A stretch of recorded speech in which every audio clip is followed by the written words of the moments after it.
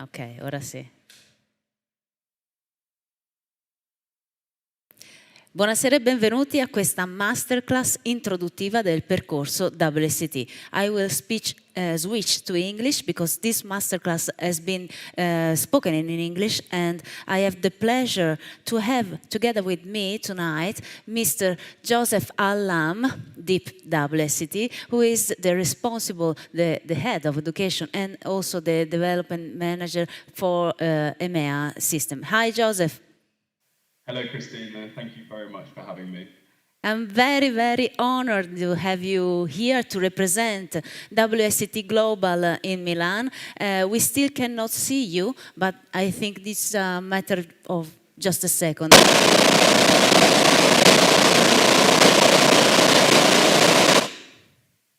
Okay, now I can see you. Can you see me okay? Okay, good. Hi, Joseph. Is very, very happy to have you here. Thank you for your kind presence here. And so we are discussing about WSET and the importance of this qualification in Italy because, you know, Italy is quite a difficult market, in my opinion, because there are many, many good academy, many associations, but most of all are only focusing on service, wine service. So it's nice, it's good to have very well prepared people for service, but probably WSET give much more in-depth knowledge about wine in a global system. So knowing the wine, and actually we will go into explore together the three levels that can be delivered in Italy. You know that actually the total are 4 levels, but only the level 4, so the diploma level, I got the pin here for the diploma level, you can get it only in London or in other cities in Europe. So we will focus on this journey, on how the tasting skills are actually improving. So can you just present yourself and present the WSET while I start sharing the presentation? Of course. Before I go any further as well, I should probably apologize in advance. I'm at home, as you can see, which means my daughter, who is 2 years old, is also at home, and she's about to go to bed. Yeah, but So you may Joseph, we are in Italy, so we are more than happy to see and listen to children. exactly. She may come through the door, or more likely, you'll probably hear her voice through the door. But let's see. Don't So worry, thank you for understanding. I know we've all put up with this, haven't we, in the last 18 months? it's normal. So thank you very much for having me. Thank you for inviting me again to Milano Wine Week. As Christina said, I'm Joseph. I'm based here in the UK, but my area of responsibility is looking after our course providers throughout Europe, Middle East, and Africa. And to give you a little bit of an idea of WSET's scope, we operate in about 80 different markets around the world, and we operate through around 800 different schools or course providers who run our qualifications through our educators, just as Christina is qualified to do. Yeah. Um, and yeah, my scope is within Europe, Middle East, and Africa, and I look after our educators and their delivery and improving that, and hopefully promoting our courses alongside it. So just to introduce you a little bit more to WSET, as you can see on your screen there, annually at the moment we're educating about 100,000 students every year, and it's a little bit more than that actually. And that's across lots of different levels. We have an introductory level, which Christina will go into more information about, at level 1, really basic information, up to level 4, which Christina has mentioned already, where we're talking about a 2 or maybe 3-year commitment of study part-time. So a big commitment, a lot more technical detail as we go through it. We're an international organisation. We're based in the UK, but we're completely international these days. You'll see on there we've got over 50 years experience in running wine courses and education. And that's evolved quite a lot over the time. We started off focusing completely on training the UK drinks industry. It's probably unsurprising to you. In the UK, we don't produce a lot of wine. It's changed a little bit recently, but traditionally very small amounts. We buy all our wine in, we import everything. And these qualifications, these courses at WSET were developed with that in mind. So it's always been that approach of seeing what are the market leading products and seeing how do they compare to each other across the world. What is my choice out there as a buyer, as an importer, as a customer here at home in the UK? Where can I buy my wine from and how are they going to taste and why do they taste that way? What's been really nice is we've developed away from our original business model, but we've kept some of those things true. So if I think about the specific context of Italy, or really any major European production country like Italy, um, we've seen our courses become a lot more popular in the last 5 to 10 years. And it's largely based on that increased interest in how do I communicate my products and local wines to an international audience or to an audience that maybe isn't as highly educated as I am working in the trade. How do I find that common language, that easy to use language, descriptors of the wine that make sense to people, and can I give them a little bit of information that means they are going to buy this wine or try something new, or at least take this home and experiment with it with food and wine pairing. Um, so that's been a big area of development for WSET over the last few years. And the One of reason, the yeah, yeah, yeah, in the reason, in my opinion, because the WSET grows so fast in Italy in the last 5 to 7 years, is also because once you know that WSET exists and what it's going to provide, you're going to do this. So it's not something that you don't know, you don't trust. You just it's a matter of awareness. So I think that the awareness is growing so fast also for this, because the quality of the qualification are probably the most recognizable in the world, at least the highest level. yeah, I'm very pleased to hear you say that, Christian. And I think you're right. We do have this reputation in our most established markets, and this is growing in Italy as well. Of when people see that you have gone through a level one or a level two, level three, level four, they know what that means and they can trust that level of skill and knowledge that that person carries. What you've got on your screen there is a little bit of an explanation of our approach, which I can introduce briefly. I think Christina will expand on this as we go through the evening. Yeah. What we're interested in is people not just knowing facts, not just being able to recite to you a list of vineyards or grape varieties that they have learned off by heart from a textbook or from a map. That information is widely available, increasingly so these days in a digital, completely globalized world. You can find that information on the internet. What we're interested in doing at WSET is you need to establish those facts, you need to understand what the context is, but more importantly, you need to be able to process those facts yourself. You need to understand why those things are important, why that particular slope in this particular part of the world has an impact on the final style of wine that makes it taste like this and makes it this quality and then makes it that price. Okay, and if you can understand that cause and effect and how things fit together, then you as an individual, you become a lot more flexible when you explore different wines or you work in different roles within the wine industry. So this is why we're interested through our levels. Our textbooks will increase, You can hear my daughter maybe now. Our textbooks will increase in size, the exams will increase in difficulty, but also what we're doing is we're seeing that our students have increased skills as they go through it, from knowing stuff to understanding things, and then finally to be able to process information themselves and make comparisons to people, explain things back to someone else. Really important if you're in a buying or selling role at any level within the drinks industry.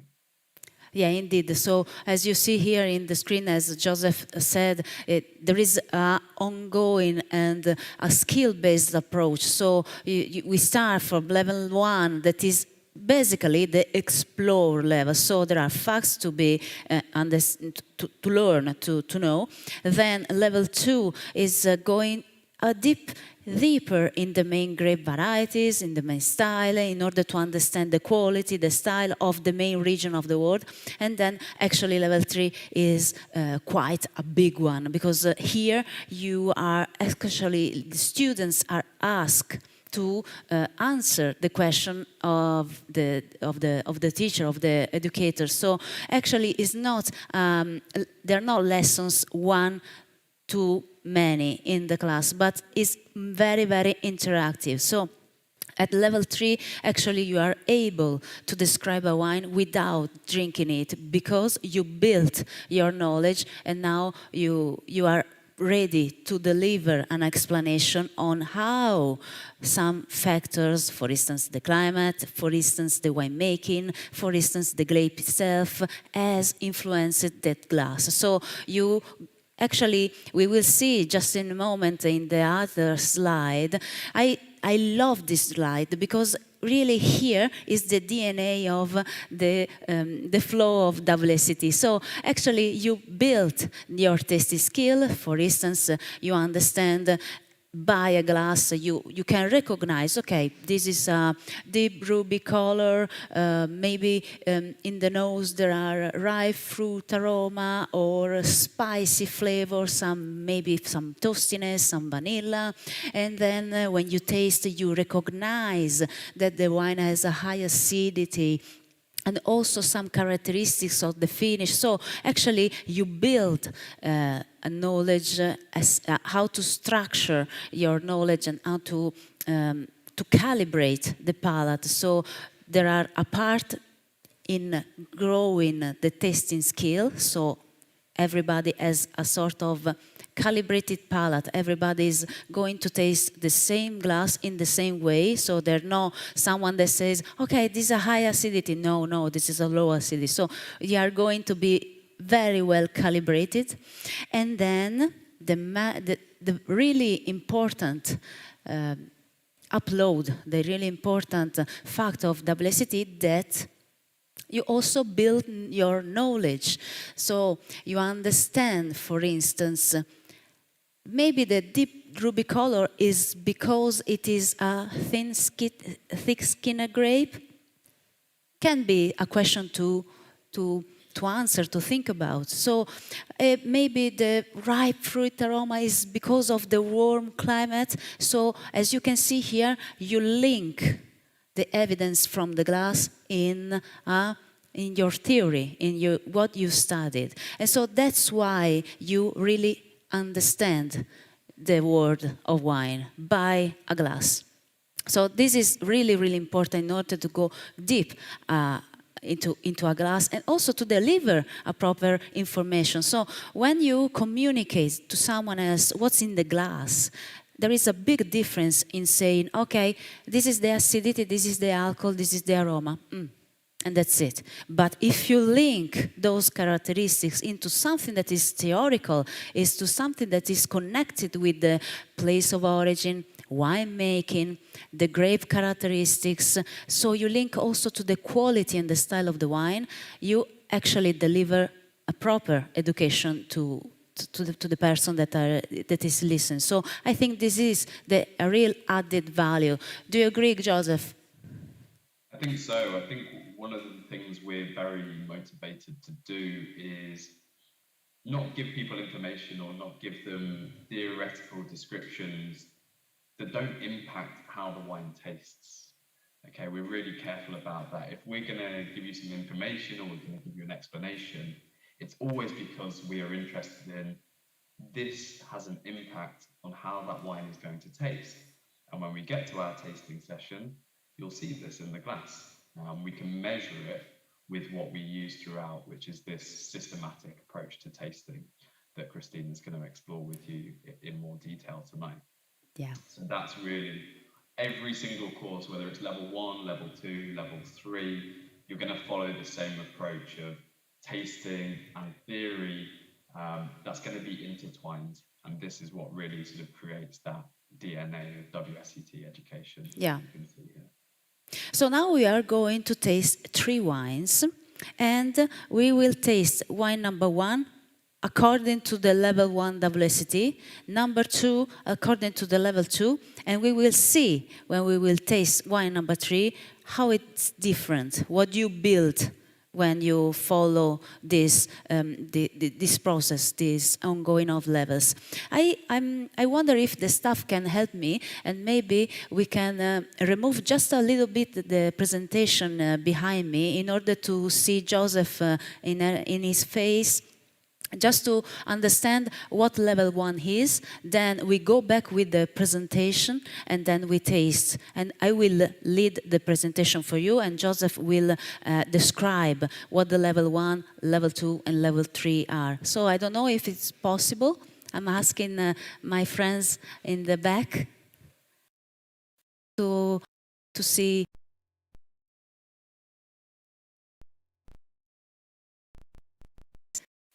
I know I am asking you a lot of things because in a while I will ask you to go for the presentation again. So it's quite tricky, but I know you're probably the best service in Milan, so we are okay. Eccolo Joseph, ciao.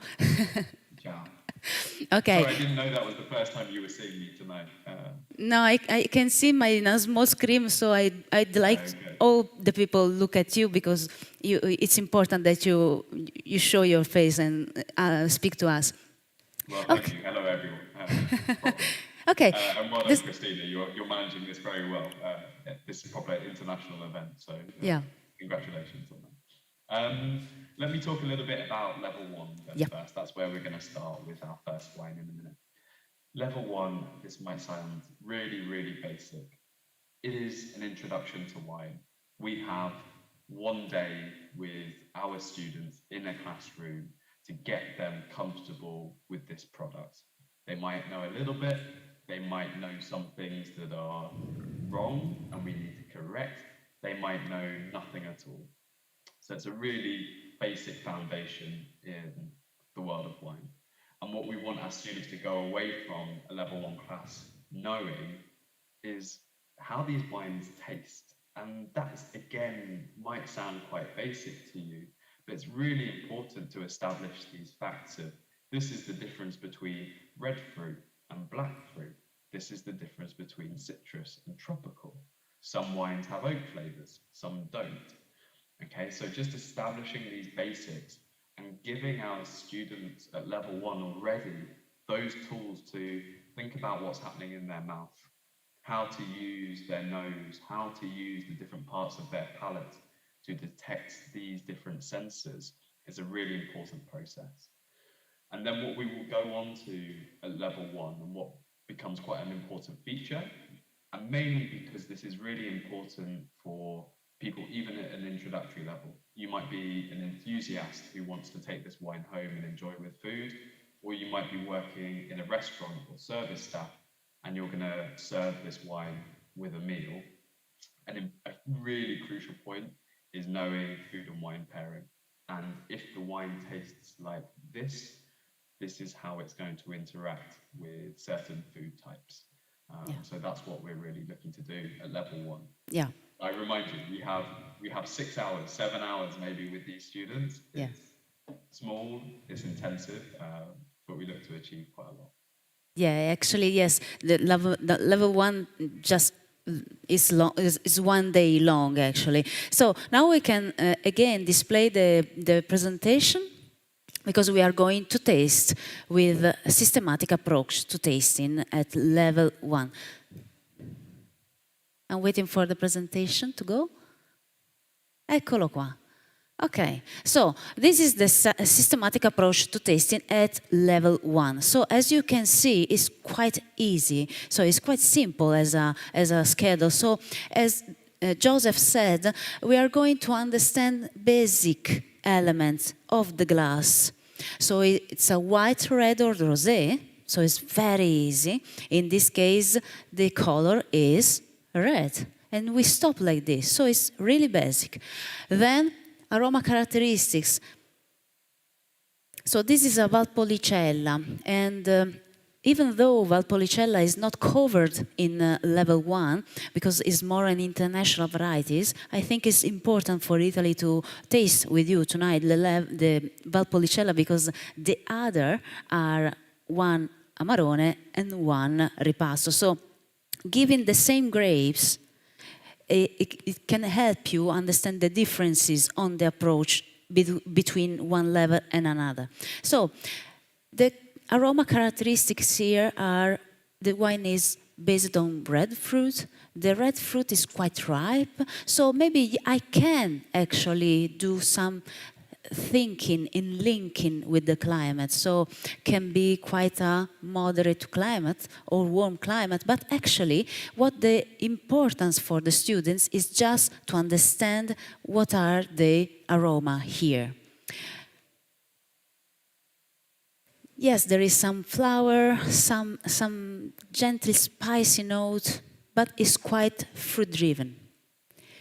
If we taste it, we focus only on the structural element and we calibrate our palate tonight, so we can do it together.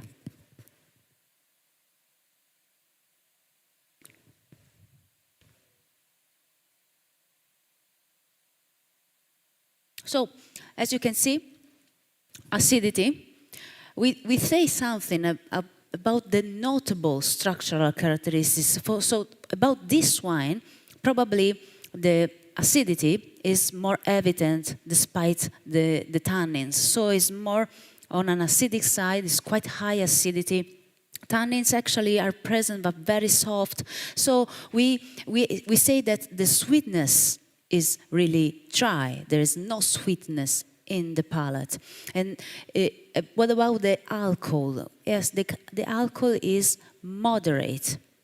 And how you feel the alcohol in the mouth? Usually, you feel here in the back of the mouth, or if you don't spit, you probably can feel it here or here. So everybody should calibrate itself on this very specific palate characteristics. From my point of view, the sweetness, many people taste the sweetness on the tip of the tongue. This is not my case. I recognize the sweetness in another part of my mouth. So everyone is unique. And this very basic structural element has to be discovered by yourself, but have to be shared. So I am the educator, so I will say, okay, this wine can be considered with a high acidity. So you recognize the mouth watering here, and then you say, okay, I put it as high acidity. Okay? What about the body in this case? Well, the body is the sum of the structural element, the alcohol, the sweetness, the tannins. In this case, I would say that this wine is a medium body. And again, in the mouth, we see again the fruit flavor, the red fruit flavor. You see it? But basically, the level 1 stops here. This is really, I think that the most of you in this room probably are quite well engaged in wine. So I think there are some enthusiastic, but also some professionals. So I see your faces doing like this. So, okay. Joseph, tell us something about level 2, or if you want to finish with level 1, to give some addition on that. And the meantime, I ask my friend to go back with the nice face of Joseph. Thanks, Christina. Eccolo. Am I appearing there? Sorry, just to check. Yeah. So, yeah, I think what Christina's covered there is absolutely the right point. Really, we want students to go away with understanding what are the key elements about that wine that we Yeah. just tasted. With level 2, things start to become more complicated and we have more time to spend with students and explain why things taste the way they do. And we would have done this a little bit at level 1 already. We would have introduced students to the principal international grape varieties that we see used around the world in lots of different countries. At level 2, we pick up that theme, but at level 2, we have the opportunity to start making comparisons with that same grape variety, but in different circumstances. So if I can give you an example, we start to explore that Chablis is always made from Chardonnay. We have white Burgundies from the Côte d'Or, again, always made from Chardonnay. But these two wines are going to taste very different based on the location in which they're grown, but also the winemaking techniques that we would use.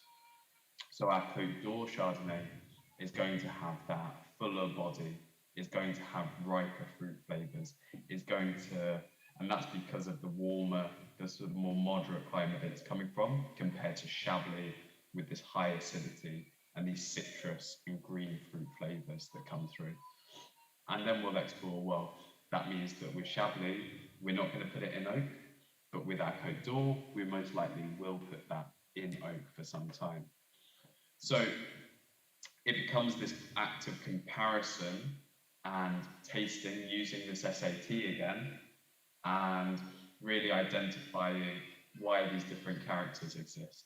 Apologies for the noise there behind me.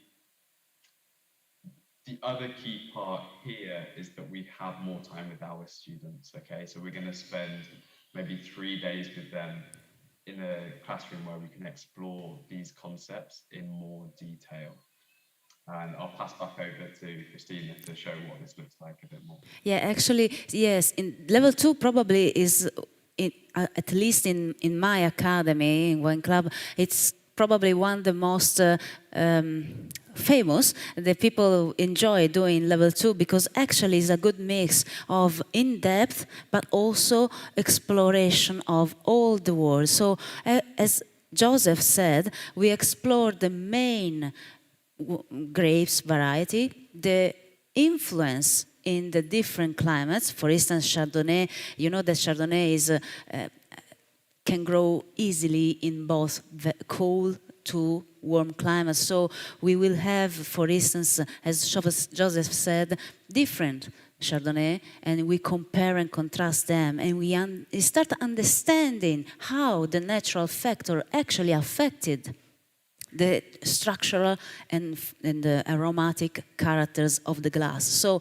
we will discover that, you remember the DNA before? So we will discover that if it is green apple and very high acidity, lean body, low alcohol, probably it is from a cooler climate. We will understand that if we taste tropical fruit, ripe fruit, big, bold body, high alcohol, probably this wine is from a warmer climate. So you start thinking, and also you understand how the wine is made. So we start discussing about winemaking. We started discussing about how the wine is made and how I recognize from the glass the wine is made. So actually, wine level 2, it's around 24 hours, more or less. So there is also some study at home. And here, it's, you get able to understand a wide area of the wine growing for several regions in order to also to argue an argument and talking about wine. So let's move on this nice Amarone. Amarone is actually one of the most characteristic wine in Italy, so it's very, very famous in all the world. And if we move to the presentation, we can see that here the systematic approach to tasting change slightly. So what about the appearance? Okay, the appearance is starting changing.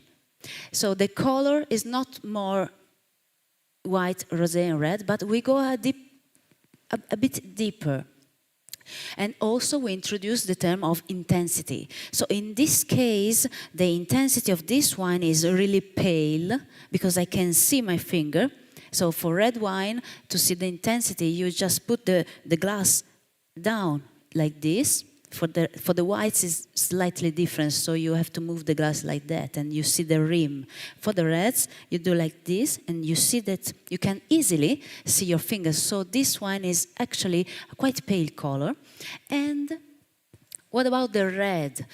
Here you are asked to be more precise in the color, because now you have to start thinking, why it is ruby, why it's not purple, why is slightly garnet. So we know that oxygen or winemaking can influence the appearance, and maybe the garnet rim has been given by the winemaking or the aging of the wine. So you start thinking about something like this. So in this case, the color is actually ruby. So I expect a quite youthful, or youthful, it means that is not a really old wine, but a wine that is really expressing the freshness of maybe the younger vintages. Then you move in the nose. And so also in this case, you add the intensity. So if you sniff, you have to decide if it is light, medium, or pronounced. So the educator here will lead you, and in this case I would say actually medium. Pronounce is too much, because pronounce is really when you don't sniff, you put the nose like this and the wine arrives and they say, oh no, okay, this is pronounced. In this case, it's quite refined, it's moderate intense, so medium is the correct association. Then you go for the aroma characteristics, and here we will learn how to differentiate the primary, secondary, and tertiary aroma. So, the primary aroma are those connected with the grape itself that are delivered during the fermentation. So, the grapes inside the pulp, inside the skin, we will discover it, has a lot of phenolic aromatic elements, but they are bounded with the sugar, with other elements. So if you actually crunch, if you get a bunch of grape, you just say, okay, it looks like grape, a nice fruit. But if you ferment, there are a lot of different things that happen during fermentation. So the aromatic compounds start becoming volatile in order to be understood. So the primary aroma are those that are really connected with the grape that are involved. Then we will see the secondary aroma. And usually the secondary aroma are those connected with the winemaking up to bottling.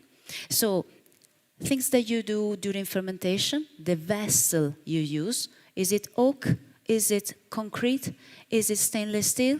And then you recognize the influence of oak, for instance, the influence of oak during maturation, this slightly oxidative complexity, the toasty aroma, the sweet spices, the vanilla, and then other things, other choices that the winemaker can do in order to give his personal signature, the winery signature into the wine. For instance, malolactic conversion, for instance, the time on lees. So all the things that the winemaker decide to do with the wine before bottling that you can smell in the glass. Those are the secondary aroma. Then, the tertiary evolution are those elements that actually are more for evoluting wine. So once the wine keep in bottle or very long aging, they start having a tertiary evolution. So actually the primary can change a bit into tertiary, or there are other elements like oxygen, deliberate oxidation, like in some specific fortified wine. So you get this tertiary evolution and you understand that the wine is quite evolved. So in this case, In this case, I would say that, okay, no, we are already in the palate, yeah. In this case, I would say that the nose is, as we said, medium intensity with actually a focus on the primary aroma. And again, the fruit is quite ripe, but also there is a big amount of dried fruit, dried herbs.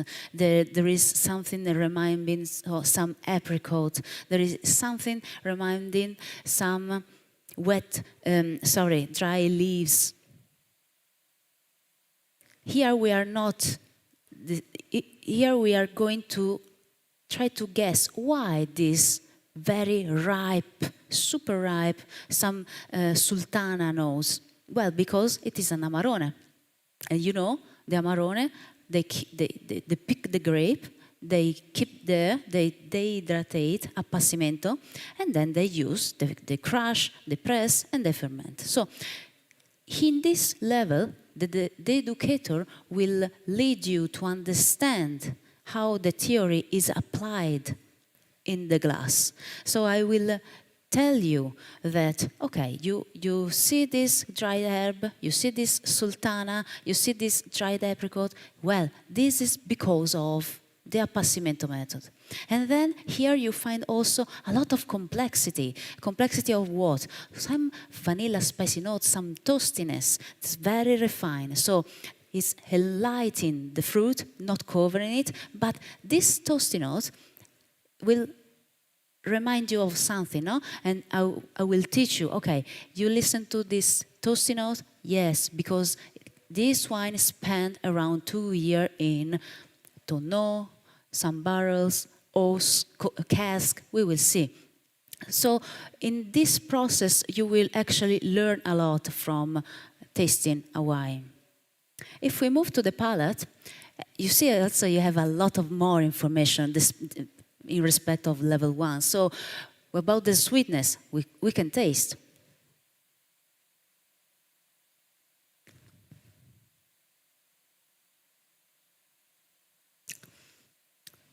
I will go on saying that this is dry. Maybe in level 3 or 4 you will discuss about a light residual sugar, but we are talking about 4 grams liter. So in this level, you go for dry. The acidity is still high. And I will tell you that you have to put down high even though you feel it softer. But why you feel it softer? Because on the other side, the alcohol is high. So we will discover later, when we talk about the quality, there is a balance between high acidity, high alcohol, so the mouthfeel is really in balance. There is high acidity, high alcohol. What about the tannins? The level of tannins here is medium. You keep them very ripe, very juicy. This is because of the climate, yes, but also because of the winemaking, because of the oak that can help polishing the texture of the tannins. Then the body, this is a full body because you have high alcohol, high acidity, density in the palate, so it's a full body. And what's the flavor in the mouth? The flavor intensity. In this case, I would say pronounced. Because pronounced here, you feel really this juiciness, this yummy, this really overripe fruit. Again, which characteristics? Something more about the taste despite the nose? Anyone have any idea to suggest? Maybe more black fruit. It's more on the profound side of the fruit, so it's more plummy. In the nose, yes, you have this kind of black and red, this kind of sultana. In the mouth is more blackish. I don't know if you agree. Blackberry also. And then the finish. Actually, I'm talking with you and still feel the flavor of the wine. So I would say long finish. Okay? And then we can start talking about quality. And here you understand that you never say okay, this is a good wine because I like it.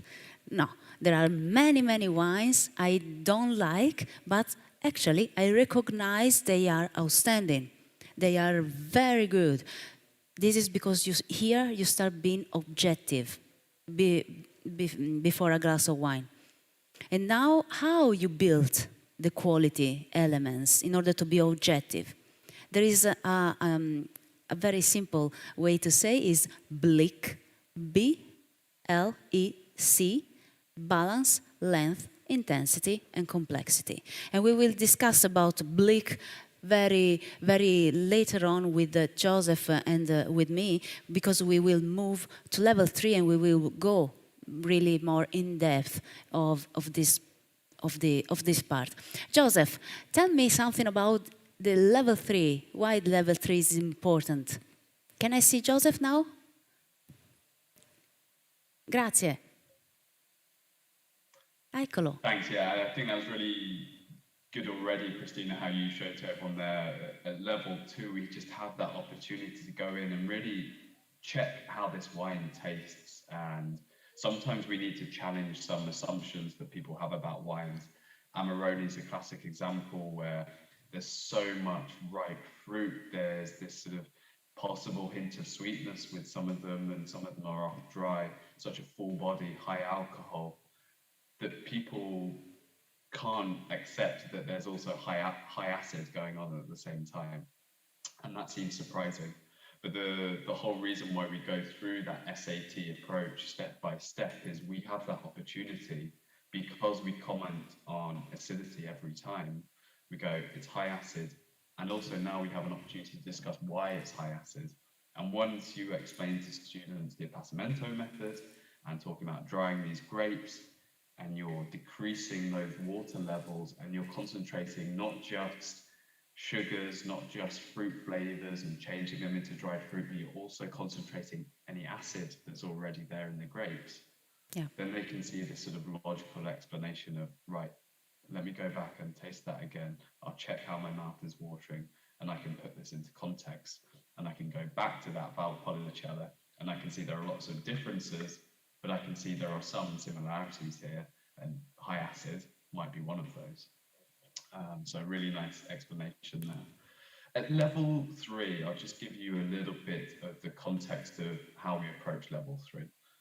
Level 2 is all about starting with the key grape varieties. The grape variety is always our launch point at level 2 to explore certain styles and certain regions. At level 3, we started a little bit differently, and we go into quite a lot of detail, asking our students to explore natural factors, human factors, winemaking decisions that could impact the style of wine. Yeah.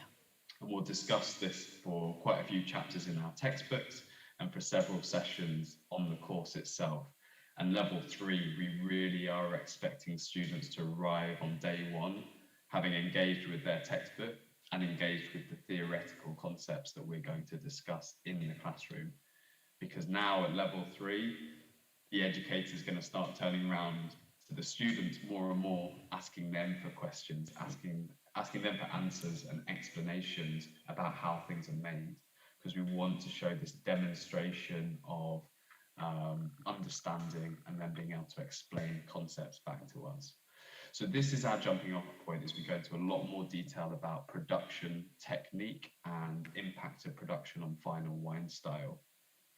Once we've done that, we go into a sort of regional approach and stylistic approach to see how, if we have these natural factors and these traditional winemaking techniques, or this series of laws, this is the end result for the wine style in this particular region. And if you change some of these, or you start working in a different wine style or labeling term within that region, those different choices or those different restrictions or that different location within the appellation, that's going to have this impact. And it's going to impact the style, and it's going to impact the quality. Just as Christina did at level 2, at level 3, we spend probably even more time talking about quality. So now if I go back to that original example I used earlier with Chardonnay, we'd zoom in somewhere like Chablis, but now we'd really be looking for our students to explain why is there a quality difference and a stylistic difference between Petit Chablis, Chablis, Premier Cru, Grand Cru. What about the particular location and mesoclimate within that particular area means that these wines are going to taste different? And what does this mean for our winemaking options? So Christina's going to lead you on with this next tasting, and you'll Yeah. discover a bit more about it. And consider also that this level is quite intense, so there are many hours together and also many hours alone in preparation to study. So it's quite a serious level, so it's also an ambitious level, so very high awarded level. While we are together in the classroom, we taste around more or less 60 to 70 wines. And so it may happen that it happens that each day you taste a lot of wines because you really go for theory and then you go really for practice and you go back to theory. So it's always something that is really critical in the glass in order to build and explain your knowledge about wine, and so you understand the wine and then you get ready for level 4. Just to give you some number, as Joseph said, that the people in the world that has level 4 diploma is around 10,000. Correct me if I'm wrong, Joseph. Yeah, 10,000? Okay. No, that's right, yeah. Yeah, and so this is really one of the most important award and title you can have in the wine trade. But to arrive there, level 3 is the route. So let's focus on the wine number 3. We have a ripasso, and now if I can see the slide. Eccoci. Okay, as you see, level 3 is really in depth, and students are asked to do the systematic approach to taste and also to give some arguments, to give some reason for the choice. So, for instance, if you go for wine number 3, that is the ripasso, which is the intensity here?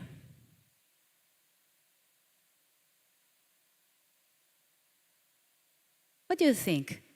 Is it pale? Is it medium? Is it deep? I would stay also in the pale.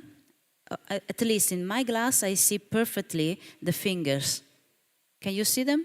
Yeah, I would stay in pale.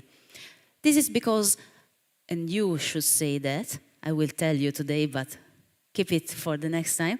This is because the Corvina, Rondinella, Molinara, or the grapes that are involved are quite low in anthocyanins. And you will know that, and you will tell me, okay, listen, this is a ripasso. I didn't taste it yet, but I suppose the color is quite pale, but depending also of the winemaking. But usually, statistically, the color is quite pale, is ruby, and then you put in the nose and you see this mix of red fruit and black fruit, because there is a part of the skin fermented of the Amarone put in the vat of the fresh wine. So you give more intensity, more juiciness in the nose. You give also a perception in the palate. So you would tell me, okay, listen, because of this method and because of the ambitions of the winemaking, probably I expect a bigger body in respect of the Valpolicella, but as leaner body in respect of the Amarone. I expect a slightly higher level of alcohol in respect of the Valpolicella Classico. I expect more juiciness because of the skin that are inside the vats. So this is what I expect, and then we taste. So you understand how different is it comparing with level 2. So here actually is a real discussion on what's happening in the vineyard, in the climate, in the soil, in the grapes, in the winery, in the fermentation period, in the aging, and finally we finish with a real discussion on the quality.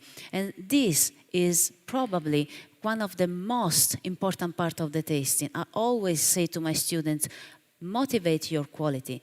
Tell me why this wine is very good. Because the evidence in the glass give all the information to prove that you say, okay, this one is very good. And now I prove this one is very good. Okay? Now we taste. Okay, we went for the appearance. Actually, I go for Ruby and the nose. Another important thing, level 3, you see here, is that we no more have a 3 scale, but we introduced the medium minus and medium plus. So we have to discuss about a 5 scale element. Of course, if a wine in in level 2 is defined as pronounced, is still pronounced at level 3. So medium minus and medium plus are on the medium part of the tasting. So in level 2, what you feel is medium. You stay in medium and you don't add anything. In this level, because you improve in your knowledge and you understood the things, you can say, no, this is medium plus. This is not enough to be high. It's not enough to be pronounced, but it's too much to be medium. It's medium plus. And I motivate. I tell you why. Okay? In this case, what's the intensity on the nose, in your opinion?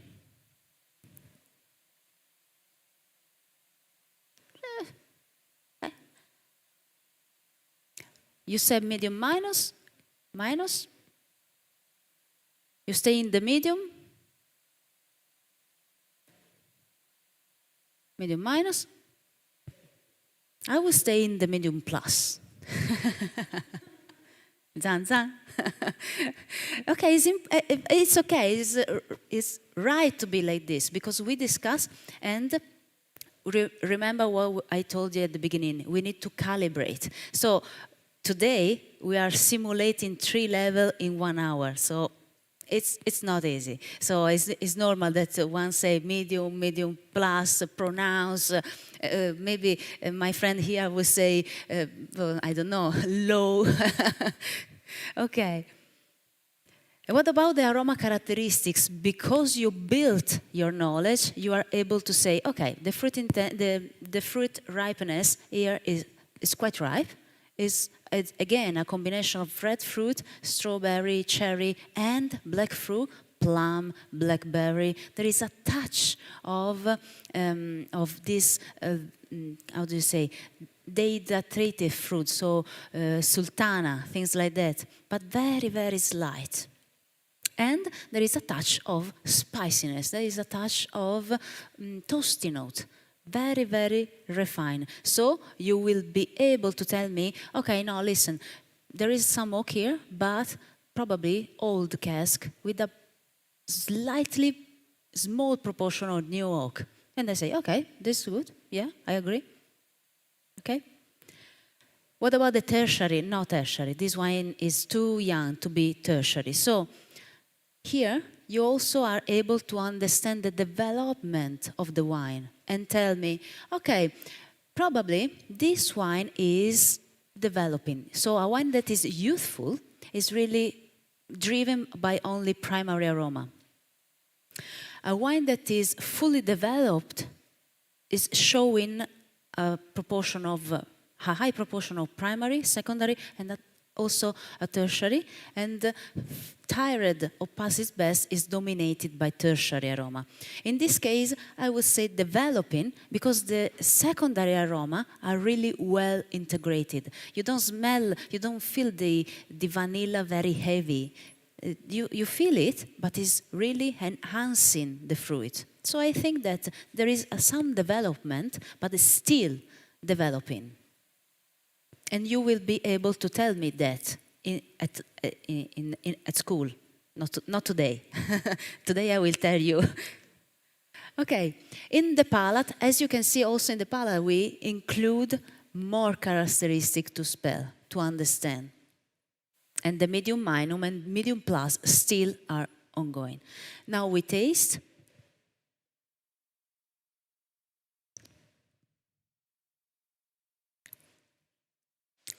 Since the sweetness is the more easy to understand, you should have understood from the level 1.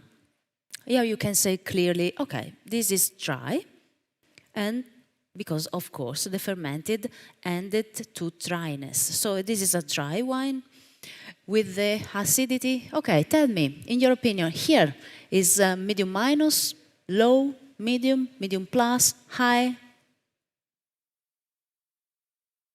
I would go for medium plus as you, bravi, okay? Because it's not enough to be high.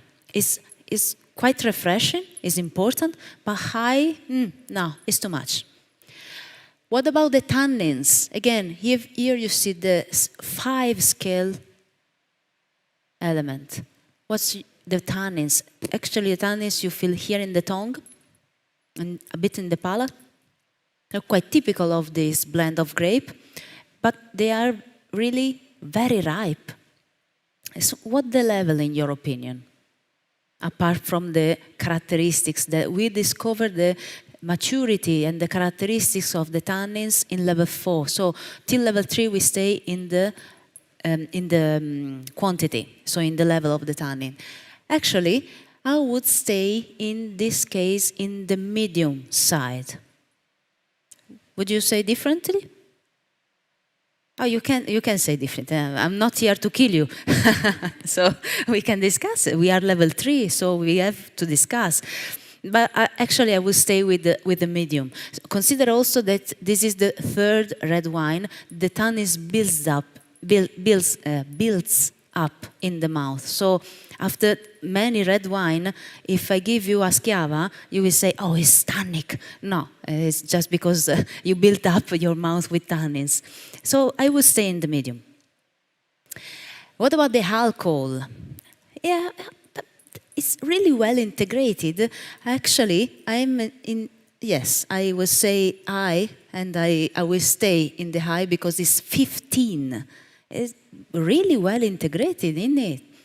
But you feel the warmth and the great balance with the acidity. That's why you don't get stressed with it's not heavy in the mouth. Body.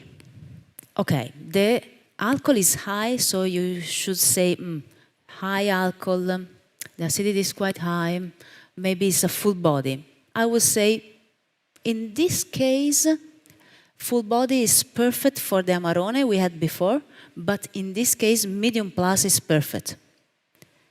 Because you feel that is going in your mouth, but there is something that can be added to be a real full body red wine. So I will stay in medium plus category. And then, which are the flavor intensity in the mouth?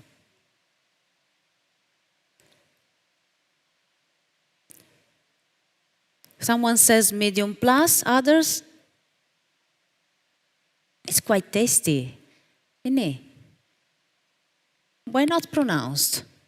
I know many students become shy and they never use the word pronounce.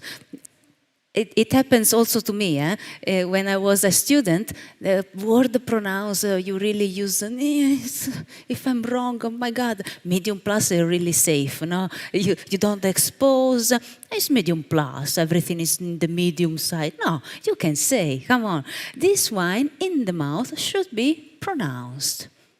And again, which are the characteristics that you find in your mouth? There is some... Sì, un sacco.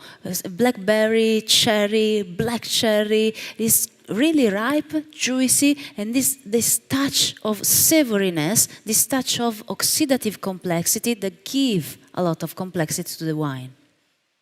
The finish, I would say medium plus in this case, okay? Now, quality. How do you understand the quality? There is the balance between what? It's not enough to say, okay, the wine is balanced.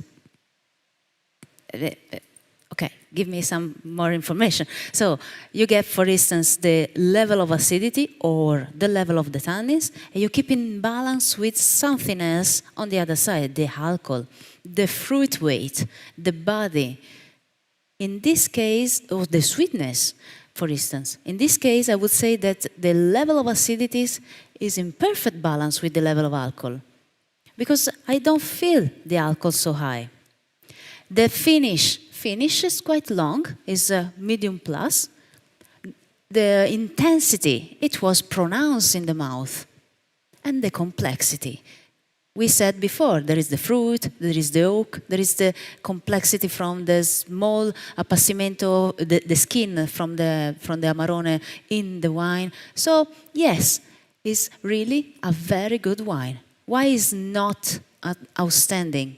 But probably is missing some complexity, is missing. No, the length is right. To be a ripasso is right. I think that if this wine should have more, would have more complexity, I would go for outstanding. So even though it's a ripasso and not an amarone, can be outstanding as well. In this case, I will go for very good. But yeah, I like it. Do you agree?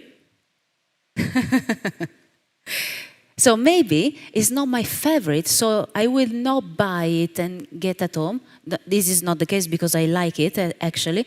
But you saw me. I explained to you why this is a very good wine in a very objective way.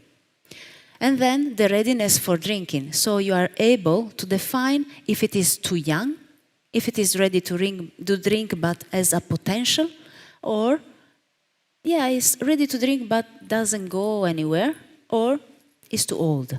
In this case, it is ready to drink, it can be drunk now, but has a lot of potential. Because of this concentration of the fruit, the prime aroma is still lively and vibrant, so there is a lot to do. And the acidity is high, so you will have argument to prove why you want to tell me, okay, it's ready to drink, but there is potential. This is the real important part of level 3. You give motivation. You always say why. The level 3 is the level of why. Okay, Joseph, up to you for the final greeting. Thank you, Christina. A really nice explanation there of how we treat our students as well at level 3, which is we are expecting you to be this independent student by the time you leave that level 3 classroom and complete your exam. And that was a really nice description of how ripasso is the first, level 3 is the first time we talk about ripasso. What we're basically going to do is say, right, remember how you make Valpolicella, basic Valpolicella. Remember how you make Amarone. Let's explore those. Now, how about if we take those almost fully fermented skins from an Amarone and add them to a vat of Valpolicella? Based on your understanding of what those different components are going to add to a wine, what do you think this ripasso is going to taste like? Yeah. And you become this sort of predictor of likely style and likely quality based on your understanding already of different winemaking techniques. And that potential for aging is exactly related to that as well. It's kind of, you understand the different elements in this wine, you've just tasted them using the SAT, and now applying your knowledge of how wines generally age, if they've got certain structures or certain flavors, do you think this has potential for aging? Yeah. And Christina gave a really nice description of why that is. Look, no course in the world, no wine course in the world will be able to show you every single grape variety, every single region, every single wine style. It's such a diverse and amazing subject to explore as a student. But what we can do is give you those sort of foundational understanding where whatever the wine is that is poured for you, or whatever description of how a wine is made, when that information is given to you, you can make a really good estimate of where does this fit in the context to other wines? Where can I see some similarities? Where can I see some differences? And why is that? And basing it on something logical and something structured, which is our aim at WSET. We don't have many years to work alongside you as a student, but we've got this nice concentrated course where we can develop these skills and this understanding, so you can go away and continue to be a student and continue to learn about new wine styles, because that's such a fascinating and important part of this sector. So something we're really excited to do. Yeah, indeed. We always are students, so this is the magic word of wine. We never stop.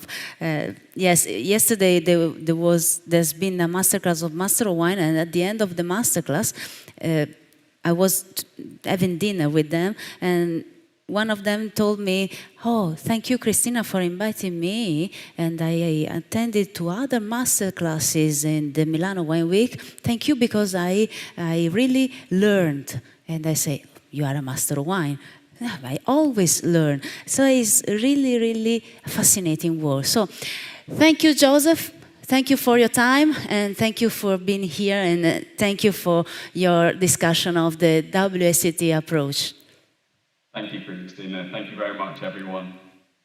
I leave you just the final slide if you would like to get more information on the WSET and the this is the WSET Global. Yeah, you can go on the website, well, wsetglobal.com, and here it is my APP. So I am a provider of the WSET. This is Wine Club. If you want, you can get more information by simply ask me. So thank you, Joseph, again.